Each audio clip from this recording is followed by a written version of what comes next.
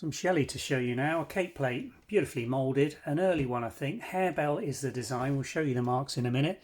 But things to note on the front surface of this is its wonderful condition and the moulding that they've put into this.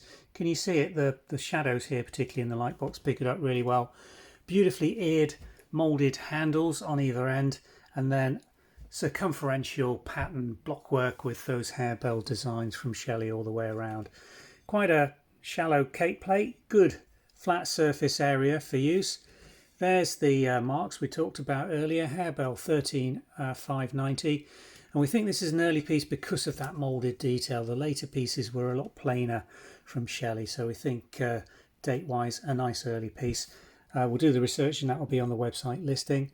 A really nice example in fine condition. Let me just show you the glaze reflection on the front surface, because it has been used. There's an occasional little scratchy knife mark on it, but as you can see, really nice and clean. So considering its age, it's in really good condition. We do have trios in Harebell, same date range, being listed, that came with this cake plate, and I think there's probably a milk jug that I've got to work my way onto as well. Not sure whether we've got a sugar basin with it, but we'll have a look and find out.